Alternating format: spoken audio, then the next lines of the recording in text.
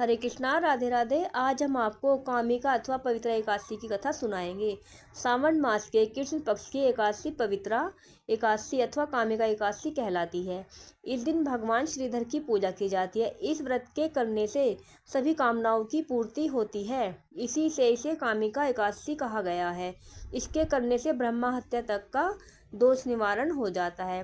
वास्तव में यह बहुत पवित्र और पुण्यदायी व्रत है जो हर प्रकार के पापों से मुक्ति दिलाने में समर्थ है।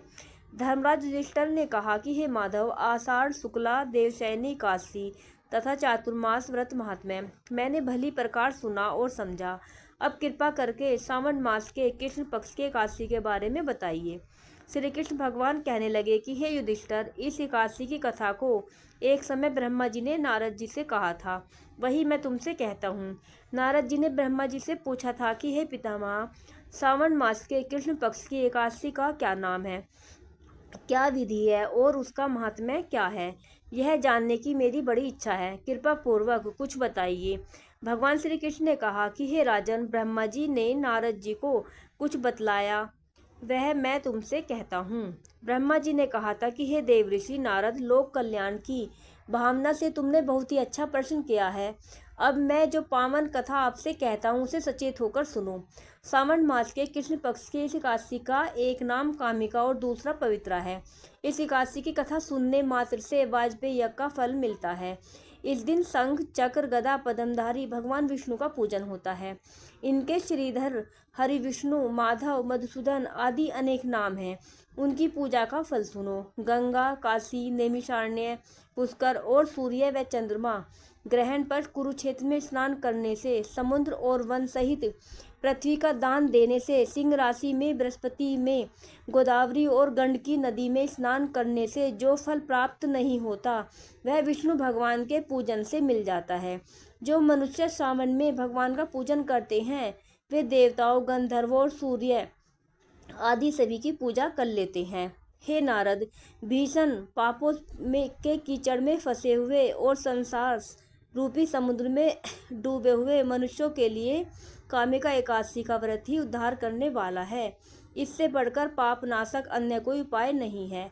स्वयं भगवान ने यही कहा है कि इस एकादशी के व्रत के प्रभाव से जीव बुरी योनियों प्राप्त नहीं होता। इस एकादशी को भक्तिपूर्वक भगवान को तुलसी दल अर्पण करने वाले संसार में ऐसे रहते हैं जैसे जल में कमल। इस व्रत के प्रभाव से अंतिम समय में मनुष्य यमराज की यातना तथा नरक के दर्शन नहीं करता और सीधा स्वर्गलोक को जाता है। विष्णु भगवान रत्न, मोती, मणि तथा आभूषण आदि से उतने प्रसन्न नहीं होते जितने तुलसी दल से होते हैं।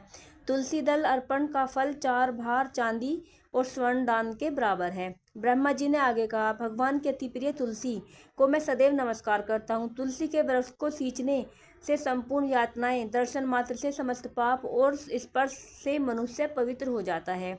जो मनुष्य भगवान के चरणों में तुलसी अर्पित करता है वह मुक्त हो जाता है। कामिका एकादशी की रात्रि को दीपदान तथा जागरण के महात्म्य का वर्णन चित्रगुप्त भी नहीं कर सकते।